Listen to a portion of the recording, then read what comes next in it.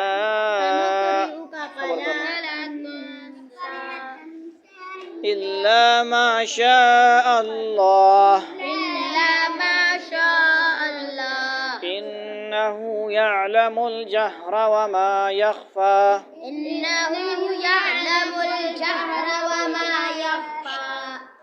ونيسرك لليسرى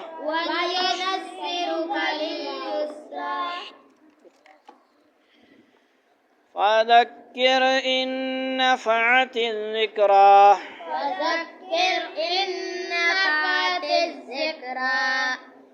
سيذكر من يخشى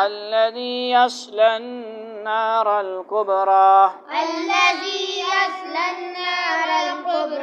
ثم لا يموت فيها ولا يحيا ثم لا يموت فيها ولا يحيا قد أفلح من تزكى وذكر اسم ربه فصلى بل تؤثرون الحياة الدنيا والآخرة خير وأبقى